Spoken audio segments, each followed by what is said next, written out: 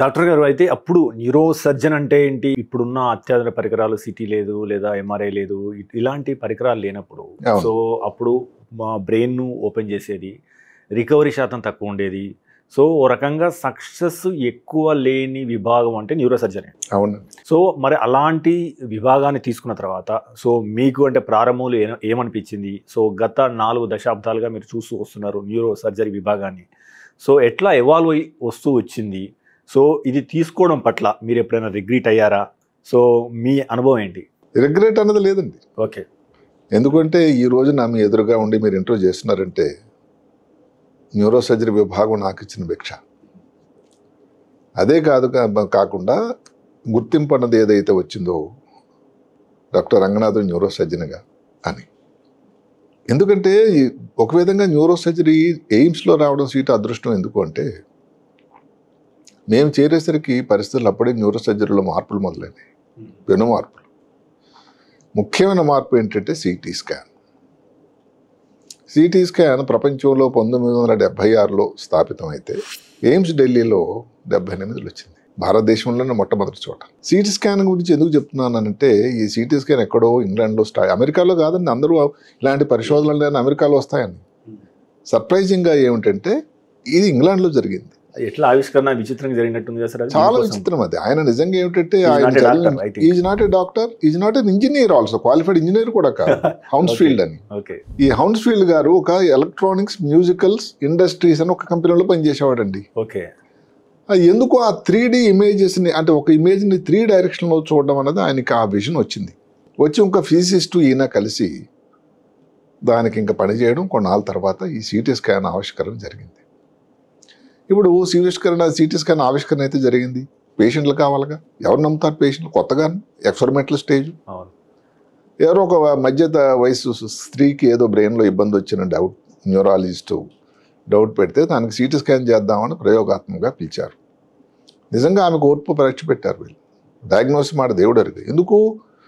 ఒక అరగంట సేపు ఒక కట్ చేయడానికి అరగంట సేపు, ఇప్పుడు ఒక సెకండ్.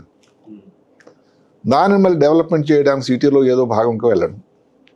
ఇలాగ ఒక 15-20 సెక్షన్స్ ఏదైతే చేసేసరికి అన్ని దిశల్లో కొన్ని రోజులు పట్టిందట నమ్మండి. ఫస్ట్ సిటీ స్కాన్ చేయడానికి రోజులు. ఇప్పుడు ఆల్మోస్ట్ 5 మినిట్స్ పోనీ అనుకోండి. మళ్ళీ ఏమిటి ఎన్ని కట్స్? ఇప్పుడు ఎప్పుడులాగా 15-20 కావు. 124, ఇంకా 62, 124 ఇన్ని కట్స్ వచ్చి. అంటే ఏమిటి ఈ కట్స్ అన్నది? ఎందుకు అందరికి తెలియాల్సింది ఏమిటంటే స్లైస్ ఆంగ్లంలో. ఆ స్లైస్ వల్ల దాని తాలూకా ఉన్నతి, దాని నుంచి వచ్చేటువంటి ఇన్ఫర్మేషన్ క్వాలిటీ పెరుగుతూ ఉంటుంది.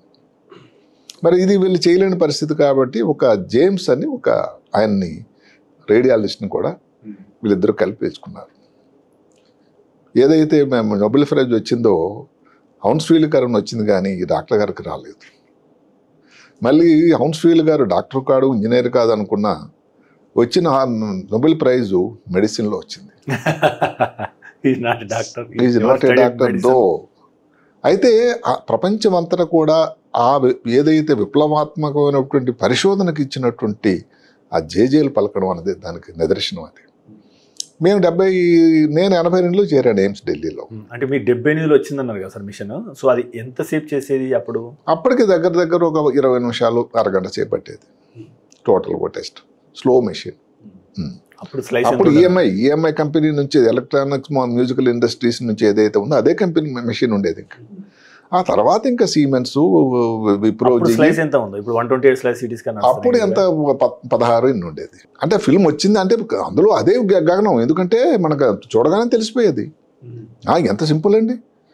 అంటే ఇప్పుడు మిగతా పరీక్షలతో చూసుకున్నట్టయితే కొన్ని పరీక్షలు చేస్తే బ్రెయిన్ మీద ఒక రంధ్రం వేసి దాని లోపల కాంట్రాస్ట్ పంపించి బ్రెయిన్లో ఎక్కడైనా ట్యూమర్ ఉందంటే మా టీచర్లు, గురువు వాళ్ళు అందరూ అదే చేసేవాళ్ళు. ఇంకొక హాస్యాస్పదం చెప్పుకోవాలి మాట ఏంటంటే సాయంకాలం అయిన తర్వాత సిటీ స్కాన్కి లాక్ చేయించేవాడు ఆయన కావాలని. ఎందుకంటే ఉన్నదే ఒక మెషిన్. భారతదేశంలో అందరు పేషెంట్లు అక్కడికి వచ్చారు, అన్ని రాష్ట్రాల వాళ్ళు. అది రాత్రి అంతా వాడితే మరి దాన్ని రిపేర్ అయితే, అందుకని రాత్రి అయిన తర్వాత సాయంకాలం అయిన తర్వాత ఏ పేషెంట్ ఎక్కడి నుంచి వచ్చినా కూడా ఆ పాతకాలం పరీక్షలు యాంజియోగ్రామ్ అని ఇక్కడ నుంచి ఉదేసి కాంట్రాస్ట్ ఇంజెక్ట్ చేయడం, వెంట్రుకులోగ్రామ్ అని అంటే అందరం వేసి దాని లోపల కాంట్రాస్టు, న్యూమోఎన్సెఫలోగ్రామ్ అని అంటే వెన్నులో ఒక సూదేసి దానికి ఒక ఎయిర్ ఇంజెక్ట్ చేయడం, గాలి. చూసారా అప్పటి పద్ధతులు అవి. దీనివలన రిస్క్ కూడా ఉండేది, ప్రాణానికి రిస్క్ కూడా ఉండేది పేషెంట్లకి. టేబుల్ మీద చనిపోయిన సన్నివేశాలు చాలా ఉన్నాయి, చాలా కాకపోయినా కొన్ని సన్నివేశాలు. అలాంటి పరిస్థితి.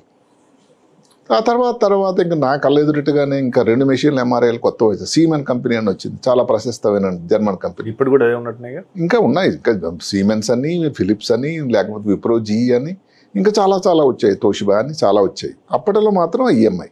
ఇప్పుడు ఈఎంఐ మెషిన్ అసలు సిటీ స్కాన్ వాళ్ళు ఆ కంపెనీ క్లోజ్ అయిపోయింది కారణాంతరాలు, ఎందుకంటే టెక్నాలజీ వాళ్ళు వెనకబడిపోయారు. అలాగా నేను చేరేసరికి ఒక విధంగా అదృష్టవంతులేదు. ఎయిమ్స్లో సీట్ రావడం అన్నది ఒక అదృష్టం అయితే, ఈ సౌకర్యం ఉండడం అన్నది ఇంకొక అదృష్టం. ఆ టైంకి ఇలాంటి డెవలప్మెంట్స్ ఆ విధంగా నేనేం చెప్తానంటే, ఏది ఒక ట్విలైట్ జోన్ అనమాట. నేను న్యూరోసర్జరీ చేరినప్పుడు చూసారా, అంటే రాత్రి రాకముందు పగలు అయిపోయే ముందు మధ్యస్థ సమయం లాంటిది. అంటే 2 విషయాలు చూసిన సమయం అడ్వాంటేజ్.